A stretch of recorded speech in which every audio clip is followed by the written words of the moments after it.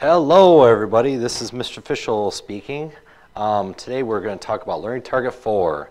I can identify the slope of an equation and then tell whether the lines are parallel, perpendicular, or neither.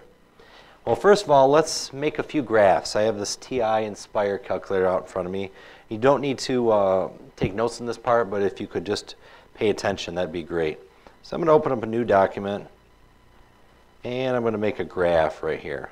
Okay, I'm going to graph a couple different lines. I'm going to graph f of x equals, let's see, 2x plus 1. And press enter to graph that. All right, you guys see where that goes? All right, now I'm going to go down here and graph another line. I'm going to graph the line, let's see, f of x equals 2x minus 1. Let's see what that one looks like. Oh, all right. So you got a red line and a green line. You can kind of see what those two look like. Okay, now I'm going to graph another one. And this time I'm going to graph something a little different. I'm going to put parentheses. I'm going to graph f of x equals negative 1/2 parentheses x plus, I don't know, 2. See what that looks like. All right, and that's your blue line right there. Okay, so I have 3 different lines. All right, any questions so far? Okay, now, let's see. I'll graph one more line. And I'm going to graph y equals, let's see, 3x. Okay, so you can see I have 1, 2, 3, 4 lines here. Now I want to talk about these lines as they relate to parallel and perpendicular.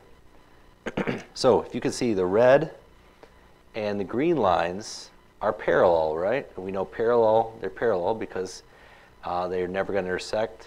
They run at the same slope. So if you look, they both had a slope of 2 in front of the x. So that's what made their slopes parallel. This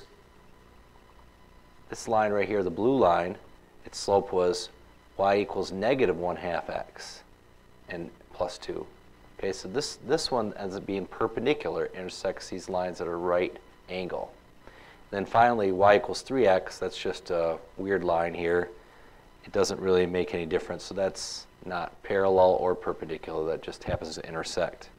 So we want to look at these equations in depth and see what makes them special. I'm going to take this off and get out graph paper. Here's where I want you to write this stuff down. So please write it down right here. So let's look at those equations. So we had y equals 2x plus 1. Y equals 2x minus 1, y equals negative 1/2 x plus 2, I believe, and y equals 3x. Okay, so I zoom in so you can see those a little bit better. All right, now, these two we said were parallel. And why do you think they are parallel? Well, they both have the same slope. Now, when you look at these lines, you have to be able to identify what is the slope. Okay? Slope is going to be this number, it's called a coefficient. It's the coefficient that's right in front of x. So these right here are the slopes. Okay? This line right here also has a slope, but its slope is negative 1/2. So this one, compared to these two, was perpendicular. That's a D right there. And then this one, compared to these, had no relationship whatsoever, so it's neither. So again, what makes these lines parallel, perpendicular, neither? Well, parallel, they have the same slopes. Perpendicular, what do you notice about the 2 and the negative 1/2? They do have a relationship there. They happen to be opposite reciprocals of each other. Now you probably remember reciprocals, talking about that in middle school or whatever. So if I have 2 over 1, the reciprocal of that is basically flipping these two. So it becomes 1 over 2. And opposite just means it's the opposite sign. So if this was positive, the opposite reciprocal would be negative. So 2 over 1 is the opposite reciprocal of negative 1/2. That's what makes them perpendicular. Okay? So let's do a couple other examples. Let's say if I had 3 over 1. The opposite reciprocal of that, to make it perpendicular, would be negative 1 over 3. See, I've switched the 1 and the 3 around. This is positive, this became negative. All right, so let's try something a little more complex. Let's try 4/5, a negative 4/5 as our slope. What would be the opposite reciprocal of that? You're right. If we flip these around, this becomes 5 over 4. It was negative, now it becomes positive. All right, so you're looking at this equation. I'm going to zoom out a little bit. And all of these equations have a similar form. They're all in the form y equals mx plus b. Okay, so m is always going to be the slope.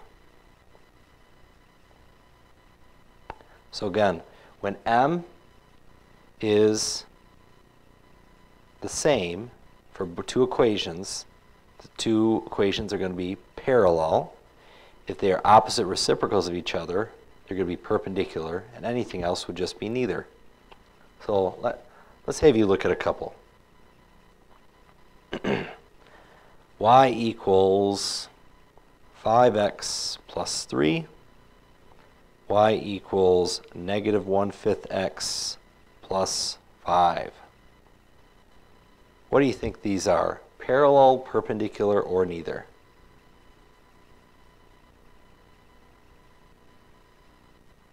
If you said perpendicular, you are correct. Because these two slopes are opposite reciprocals of each other. All right? Let's try something else.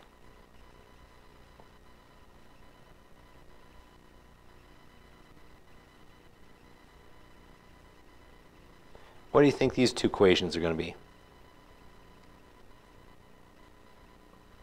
If you said parallel, you are correct.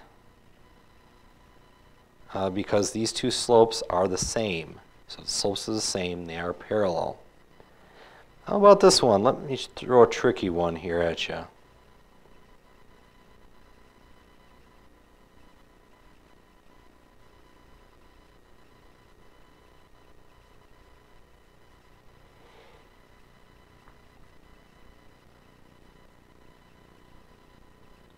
What do you think these two are?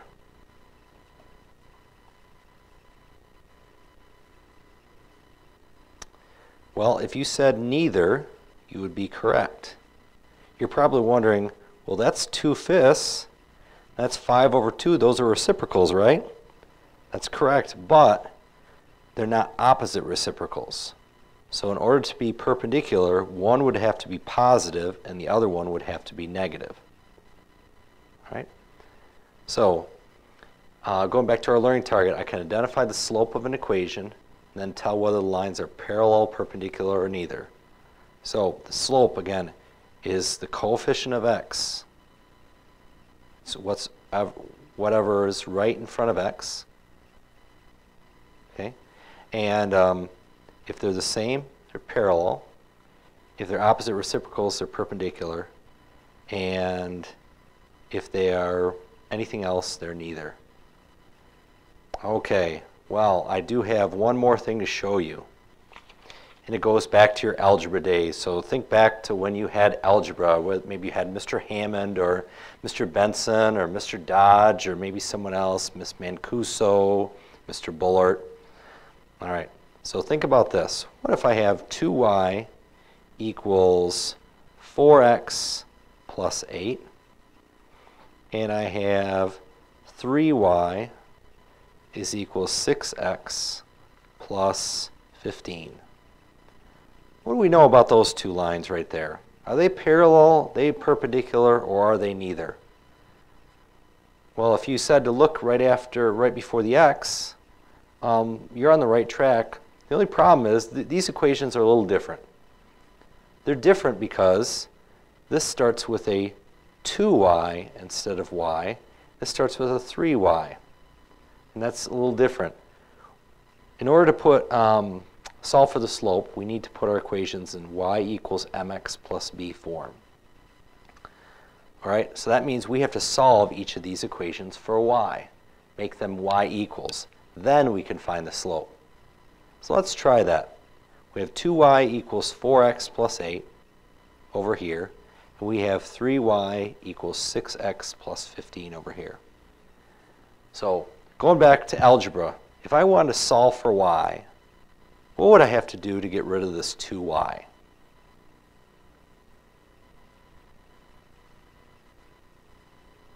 If you said divide by 2, you'd be correct. I'm going to divide this by 2, and I have to divide these other terms by 2 as well. When I do that, the 2's cancel out, and I have y is equal to 4 divided by 2 is 2, so 2x, plus 8 divided by 2, which is 4. All right, now let's try this one. What would I have to do to the y to solve for y? I could divide by 3. 3's cancel out. I get y is equal to 6 divided by 3, which is 2x, plus 15 divided by 3, which is 5. Now I can look at these two equations and tell if they're parallel, perpendicular, or neither. What do you think? If you said parallel, you are correct, because they have the same slopes here. All right, now I'm going to throw one more curveball at you. Step it up one more notch. All right, let's say I have another equation.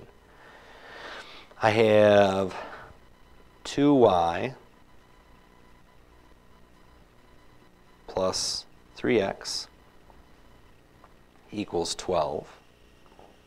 And over here I have 4y plus 6x is equal to 48. All right, now I want to see if they're parallel, perpendicular, or neither. All right, now first thing I want to do is I want to solve for the y's. So if I want to get all the y's by themselves, think back to your algebra days, what would I have to do to this 3x? I want to get rid of it, right? So if I want to get rid of a positive 3x from both sides, I would have to do the opposite, right? That means I have to subtract 3x from both sides. So I get 2y is equal to a negative 3x plus 12. I always write the x's first here. All right, now if I want to get y by itself, again, to get rid of the coefficient of 2, I have to do the opposite of multiplying. I have to divide by 2 all the way across. 2's cancel out. I have y is equal to negative 3 over 2x plus 12 divided by 2 is 6. So I've simplified that equation. Now I'll try it over here. Same thing I did before. I want to solve for y's, so I subtract 6x from each side. Get 4y is equal to negative 6x plus 48. Then I divide by 4. Get y is equal to negative 6 over 4. That actually reduces to negative 3 over 2x. Plus 48 divided by 4 is 12. So now, since they're both in y equals mx plus b form, that's slope-intercept form, I can look negative 3 halves, negative 3 halves, those must be parallel. You're right. So Now, if you're not quite sure and you want to check your work, you can always graph it on your wonderful graphing calculators. They help out tremendously when you're trying to do this type of problem. Okay? And again, just like I did earlier, I zoom in here on this calculator. If you want to graph, just go to the graph mode. Click on that show entry line, and you can plug in whatever equation you want to do.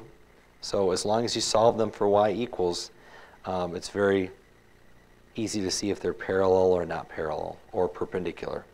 So hopefully you've learned something from this. You've learned that you can identify the slope of an equation and then tell whether the lines are parallel, perpendicular, or neither. Have a great day.